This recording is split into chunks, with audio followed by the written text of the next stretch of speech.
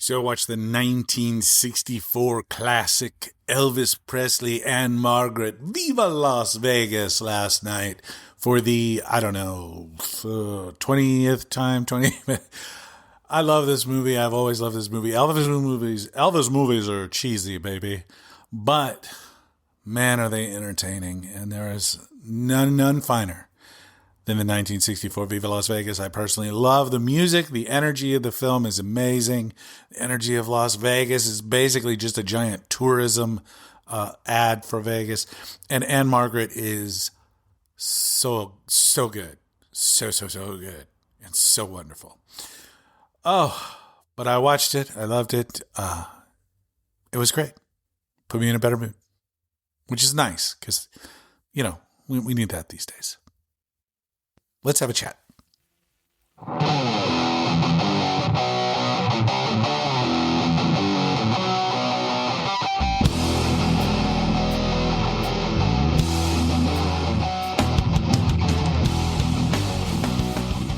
Welcome back to Trent Takes On 2.0. I'm Trent. I'm the guy in the title of the show, taking things on. Sharing his takes on See, it's supposed to work on multiple levels, but it really doesn't. I blame myself, but that's okay. It's okay to admit when you're wrong. It's okay. I can raise my hand and say, yeah, I've made that mistake too. Last episode, after the tragic weekend of, that was bad. It wasn't a bad episode. I thought it was a really, honest and raw kind of thing. This is going to be a little more spicy because I'm a little more spicy about this week's happenings. It's been, I was with you on Monday. It's Thursday. It's hard for me to get the time, this time of year to record. So I have to kind of sneak in and get them done when I can. See, the last week of my kid's school is this week. And my partner always takes the back half of it off so that we can finish, the last second shopping and fill in all the gaps. And this strategy has worked for us for a long time. It's a good way to make sure that you don't, just miss stuff. So we don't do like big family vacations. We don't take 2 weeks off in the summer or do a week for spring break. It only saves up all of our vacation for the end of the year for the Christmas time season because this is her favorite time of year. And, it's nice. So the last couple of days I've been driving around all over creation doing, buying this, that, and the other. And it's been crazy, but we think we have it all in the bag with a couple of things that I still have to do for her, but I could get that done last second like I always do because that's how these dudes roll. In the meantime, I have been keeping up with everything.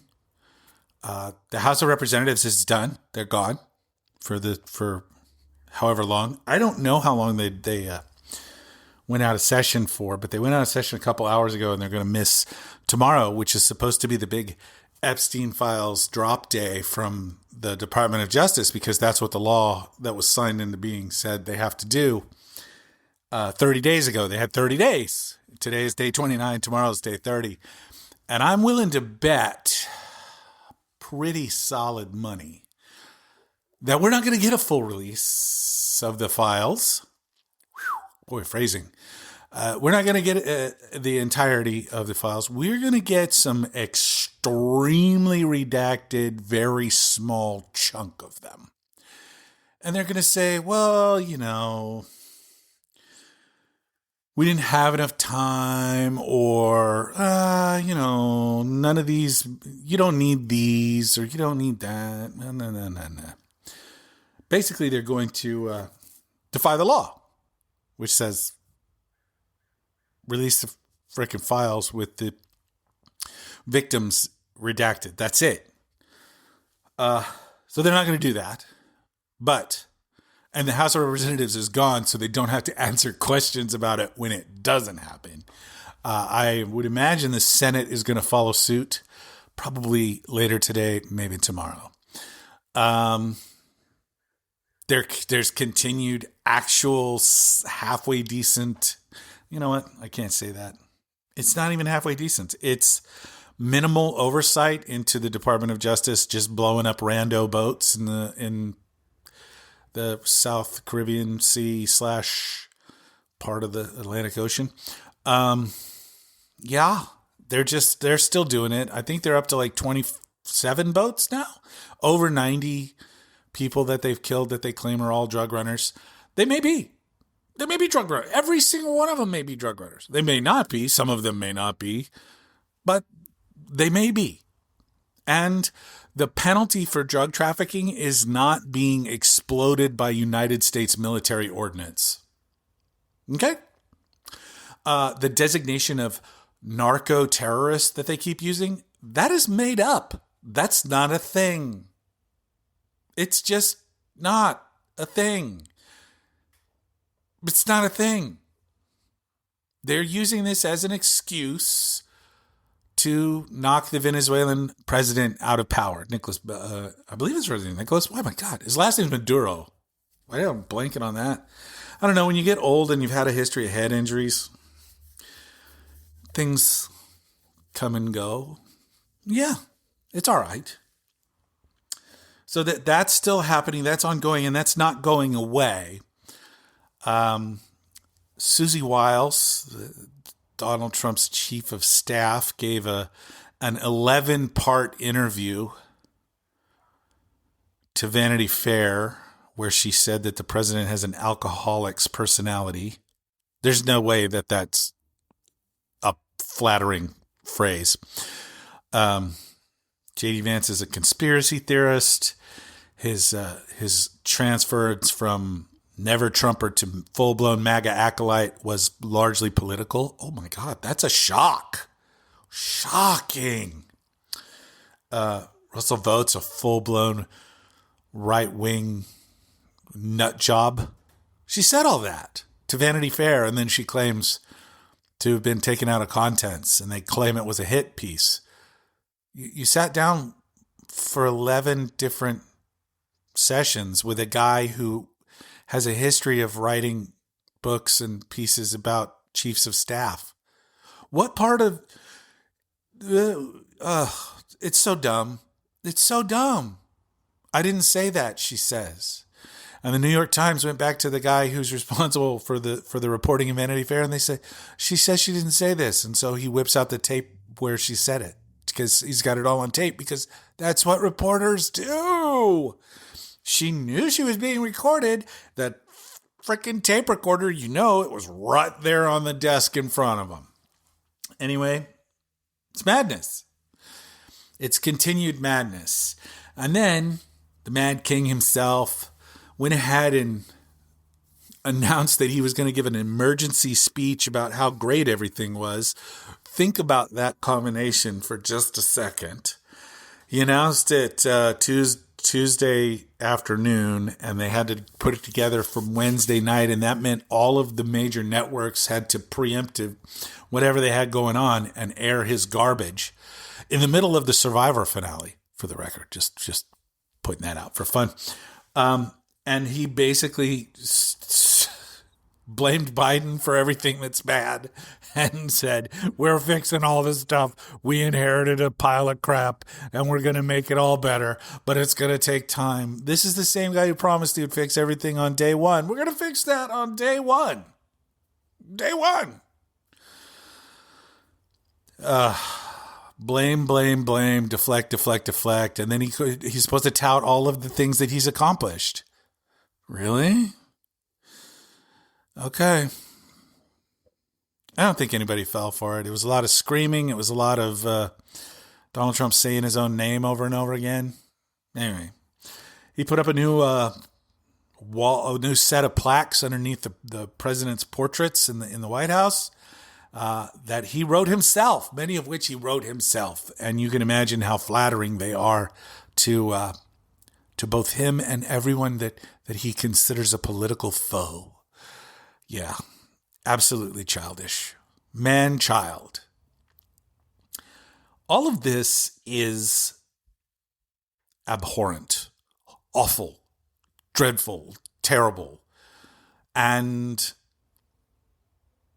they actually published some employment numbers from November that show that our unemployment is the highest it's been since September of 2021, which is the very tail end of the pandemic. I don't have, if you listen to the show and you're 10 minutes into this episode, you know, I don't have to tell you this man is lying to you. There's a saying about Donald Trump. If he moves his hands back and forth, he's not lying to you. If he's putting his hands in his pockets, he's not lying to you. But if he opens his mouth and starts to speak, that's when the lying starts. And he lies nonstop. As long as the words are coming out of his mouth, they are lies and projection. Lots and lots of projection. Lots and lots of admissions of all of the horrible things that he's done. He just blames them on other people and says other people did them. It's his way of confessing. It's the old Bond villain where they tell you the whole plot at the end. Like the problem is he's always in it, and there's always real life consequences for if he actually gets, I don't know, held to account for any of the myriad of laws he's broken over the years. And speaking of, I wanted to mention specifically something that happened this week that didn't get anywhere near enough attention because they're doing everything they can to not bring attention to it now. There's this guy named Jack Smith, who is the special prosecutor appointed by Merrick Garland during the last 2 years. It was in 2023 he was appointed. Appointed by former district attorney, Attorney General Merrick Garland, appointed a special counsel to look into the January 6th insurrection and Donald Trump and his administration's role in it, and Donald Trump's handling of classified information that Jesus. Anyway, he stole a whole bunch of classified documents and refused to give them back. And so the FBI said, he's got all this stuff. And the judge agreed. So they gave him a search warrant. And so they raided Mar-a-Lago and they took all the stuff. It was there. And the judge in South Florida has basically, she threw it out. She was a Trump appointee. Her name's Eileen Cannon. She's a bitch who doesn't believe in her oath of office. I shouldn't call people names like that. That's not okay, Trent. That's bad. She is a person who has put Donald Trump above her oath of office and above all of us and above the law. Of course, you can say that about the Supreme Court too, or at least 6/9 of the Supreme Court. Anyway, Jack Smith was dragged before the House of Representatives Judiciary Committee to basically they wanted to prove that he was appointed incorrectly, which is what Eileen Cannon claims. Whatever. Not true. It's just not true. They brought him in hopes that they could trap him into saying something he wasn't allowed to say, in hopes of, getting him to admit that there was some sort of political backing behind this prosecution of Donald Trump. And this is the corner of FA and FO. This is where fuck around meets find out. When you brought Jack Smith in, who, for the record, said, I would love to come in. I just want to do it publicly. Let's do a public hearing. And Representative Jim Jordan, who has never seen anything untoward in his career, said, no, we want you to testify in a closed-door deposition because that way it will be far less damaging. But they brought him in all right. And in his opening statement, he explained that they had enough evidence to prove beyond a shadow of a doubt that Donald Trump and his associates, a bunch of unnamed co-conspirators that we all know who they are. They're Rudy Giuliani and Sidney Powell and Mark Meadows, his former chief of staff, a whole bunch of people colluded with certain members of Congress to attempt to throw out the results of the 2020 presidential election. And they utilized a violent mob as cover. And Jack Smith had the goods on him. And that case has been dismissed without prejudice, meaning it can be brought back at a later date. It's one of the last things that happened under the Biden administration. Jack Smith bowed out, knowing that Trump was going to fire him anyway. But he bowed out to keep the case alive. And now they've dragged him in front of, these Republicans have dragged him in front of Congress to try to disassemble his story, try to break him down. Well, Jack Smith's a 30-year prosecutor. He's worked for the people of this country for his entire professional life. He's put bad guys behind bars of both political parties and no political parties. He represented the United States at the International Criminal Court, holding foreign actors accountable for their crimes against our country. Jack Smith is a public servant and a hero, and he deserves his roses. He's a good man who did the right thing, who never apologized for it, and never backed down until it was obvious that the delay tactics that Donald Trump and his attorneys used won the day and pushed it back beyond the election. And then the American people foolishly gave this man the nuclear codes again. And here we are. I don't think Jack Smith is done in the public circle. I think he is just beginning to speak out about what he knows, about what they would have been able to successfully prosecute Donald Trump with, and about the future, how to keep it alive, how to not let it happen again. And the Democrats need to pay attention to this. We're running to take power back from Republicans on an affordability platform. We're talking about affordability all the time. How much things cost is killing the American economy and the hardworking American middle class, and especially the hardworking class who is not faring well. The lower middle class, where I was born and raised. This economy is brutal for people that aren't making $100,000 or more a year. It ain't a cakewalk for people making under $250,000 a year. These are, I say this all the time, don't I? These are difficult times. Absolutely. And the tide is turning. I say that all the time too. Look at me, Mr. Positive. Mr. Positivity.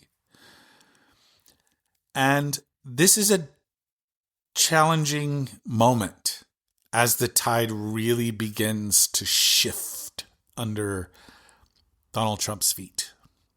Because once it becomes obvious to him, who is delusional for the record, so this may never happen. They only tell him what he wants to hear, and what he wants to hear is everything's going to be fine. But eventually he's going to realize that he's not going to be in power for much longer, and checks are coming for him. And I'm talking about accountability, the checks and balances of this nation. And that means elections, which will have consequences in 2026. If Democrats can take control of the House and, God help us, the Senate, we can start to hold this completely lawless regime to account. We can cut off funding for a lot of the things that they want to do. That would be good. And that needs to happen.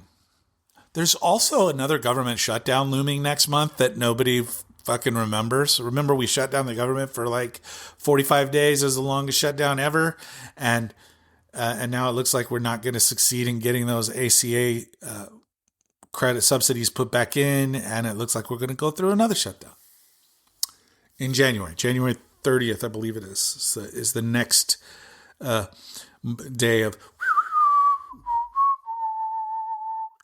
That's my good, the bad, the ugly. I once did a bit on the good and the bad, the ugly, whistling, and it was just a jokey bit that I did for my old Clippers podcast about the good, the bad, the ugly of the basketball players' performances over the last week. And I had rain going in the background. It was real rain. I actually recorded it outdoors, and I layered all this stuff together. It was actually kind of one of the most impressive things that I ever built. It was cool. I have it still. It's neat. I should put it at the end of this episode. I'm not going to do that.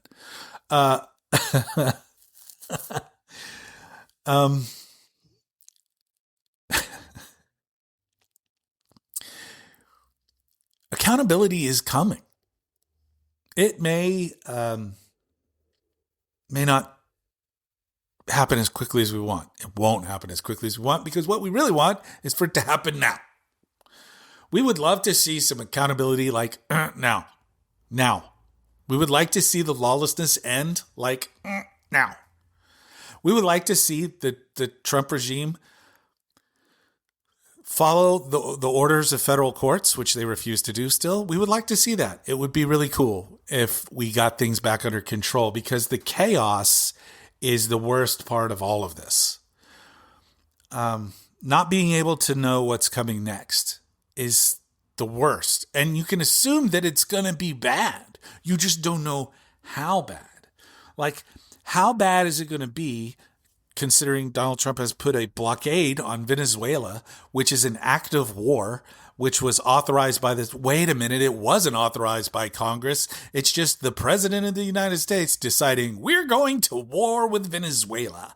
Only we're not going to call it a war, and so we can get away with it that way. But no, that's not the way this works. You're using the United States military in acts of war against another country, or at least people from another country. At least that's what you keep telling us, even though we don't have any idea whether or not those fishermen that you're blowing up, those people in boats that you're blowing up are fishermen or drug dealers. We don't actually know. We're just taking your word for that part.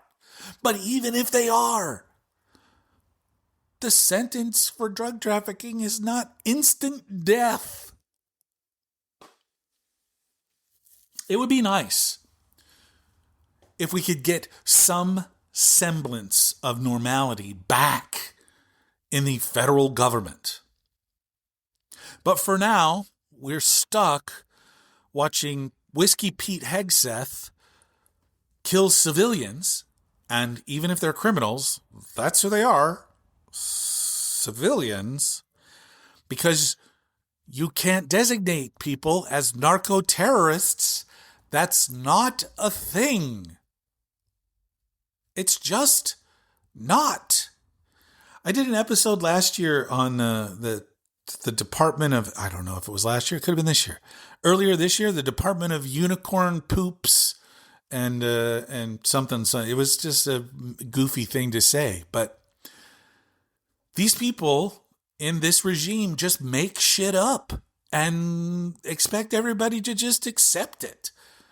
The Secretary of Treasury telling us, 2026 is going to be an amazing year for the economy. Things aren't even that bad now. What? Also, you're worth $65 billion. Who the fuck cares what you think? I don't know how much he's a billionaire. I don't remember how much he's worth.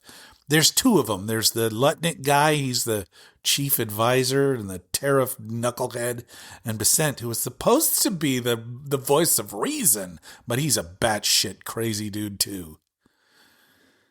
They're all sycophants and gross hangers-on. It's like an old, diseased, dying great white shark covered in remoras, sucking oh God, gross. Anyway, enough marine biology.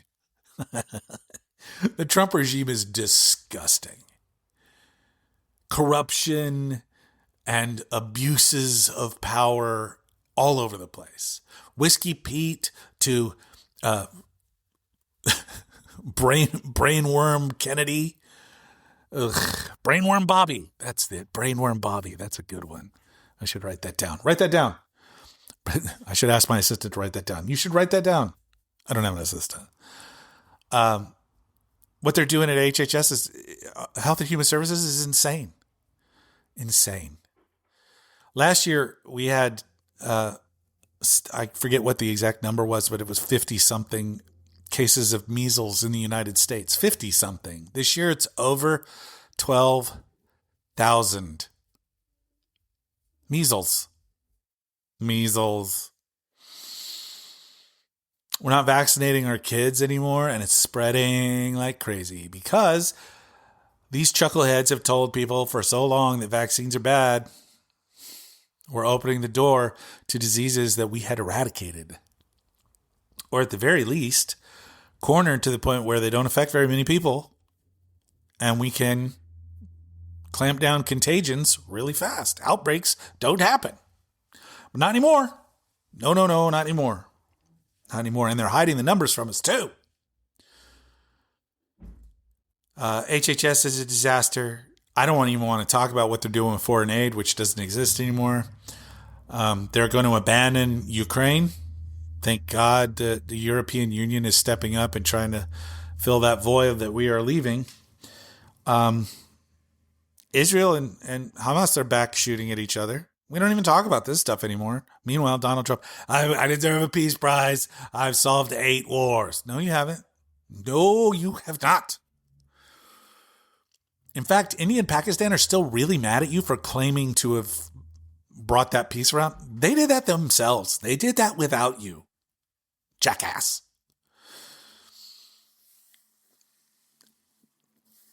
Accountability needs to come fast. We need to get back to that corner of FA and FO. Right now, we're still on Fuck Around Street, driving toward Find Out Boulevard. That was cool. That was a cool metaphor. Good job, Trent. Thank you, Trent. We're just cruising around Fuck Around Street. Avenue. Fuck Around Avenue. Oh, that's better. That's better. Again, write that down. But eventually you're going to come to that intersection. And we, as a people, as a voting populace, as a protesting populace, as a boycotting populace, need to be prepared. So, keep your ears open. Keep your eyes peeled for, I don't know why that's a thing. You don't peel your eyes, do you? Do you peel? Do you? I'm squinting right now. You can't tell because this is an audio format. Keep your eyes open. Keep your ears open. Keep your ear to the ground. Eyes open. Insert a whole bunch of cliches here about paying attention. We need to pay attention.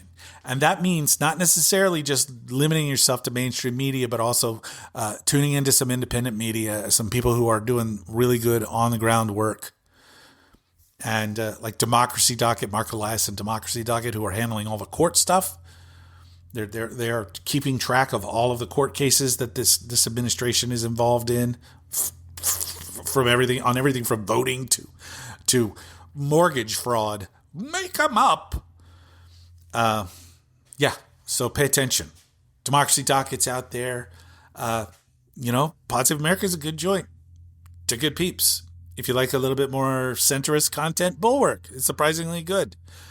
If you like a guy who delivers everything like it's a soap opera, it's like a telenovela, Rick Wilson of the Lincoln Project, yeah, his delivery is pretty insane.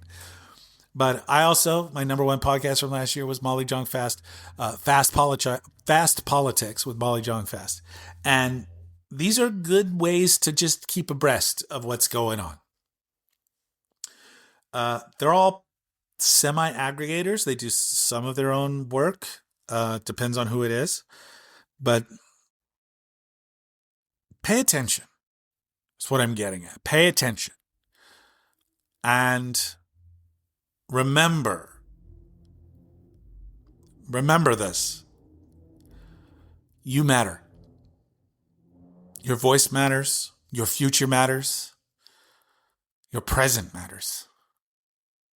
Do not surrender ever, especially in advance, because this ain't over. We ain't done. We're on Fuck Around Avenue, but we are cruising toward Find Out Boulevard fast. So, hang in there. Pay attention and hang in there. And remember, there are a lot of people just like you. Frustrated and tired and angry. But we're not going anywhere. We're in this for the long haul. This was our country before they stepped in to try to ruin it. How about them apples? That's going to do it for me today. I want to thank you all so much. As always, thank you for being with me on this journey. I appreciate you so much. Please share this with a friend. And remember to be good humans. It's the very least we can do. Until next time, namaste. I love you.